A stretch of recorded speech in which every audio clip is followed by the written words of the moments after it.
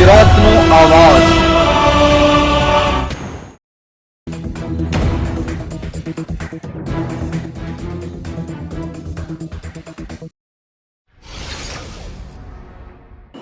મહીસાગર જિલ્લામાં વાલ્મીકી સમાજના 2 લોકોને નિરીક્ષકમાં હતા તેમ છતાં છૂટા કરી દેવામાં આવતા મકાન સહાયમાં બીજા અને ત્રીજા હપ્તાના ચૂકવતા જિલ્લા કલેક્ટરને વાલ્મીકી સમાજ દ્વારા આવેદનપત્ર આપવામાં આવ્યું।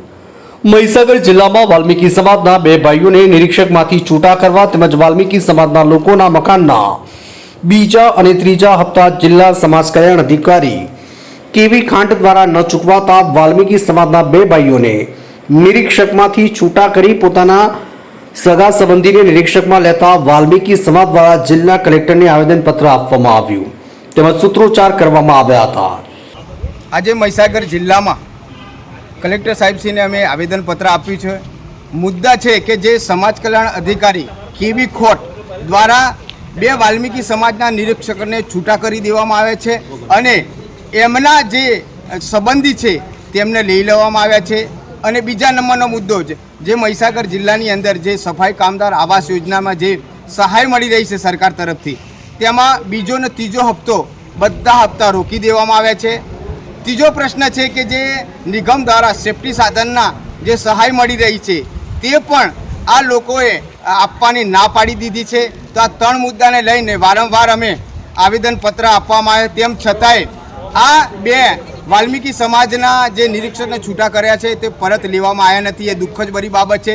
કેવી ખોટ ખરેખર આ જાતિવાદ રાખવામાં આવે છે તેમાં મને લાગી રહ્યું છે કે જે સુપ્રીમ કોર્ટે જે જજમેન્ટ આપ્યો છે અતિ પછાત વાલ્મીકી સમાજને આરક્ષણ અલગથી મળવું જોઈએ એનું અમે સમર્થન કરીએ છીએ કે અમારા સમાજ સાથે જે અનુસૂચિત જાતિના આવા જે અધિકારીઓ છે એવું સમજે છે કે વાલ્મીકી સમાજના લોકો ગટરની અંદર મોત થવા જોઈએ, સફાઈ કરવી જોઈએ પણ ખુરશી પર બેસવા ના જોઈએ તેવી માનસિકતા ધરાવી રહ્યા છે। તેના કારણે અમારા 2 વાલ્મીકી નિરીક્ષકને છૂટા કરવામાં આવ્યા છે। દુઃખદ ભરી બાબત છે।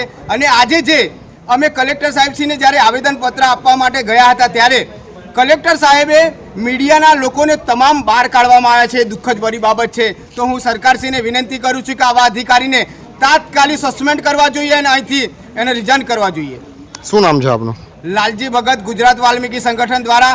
અને હું 1/1/2025 રોજ માલપુરથી હું દિલ્હી નરેન્દ્ર મોદી સાહેબશ્રીને આવેદનપત્ર આપવા માટે જઈ રહ્યો છું। વેદના દંડવત પ્રણામ કરતો વચ્ચે પણ હું માલપુરથી ગાંધીનગર દંડવત પ્રણામ કરતો ગયો હતો કે હજારો કામદારોને કાયમી કરવામાં આવતા નથી સફાઈ કામદાર। તે મુદ્દાને લઈ હું દિલ્હી પણ આવેદનપત્ર આપવા માટે દંડવત પ્રણામ યાત્રા કરવા જઈ રહ્યો છું।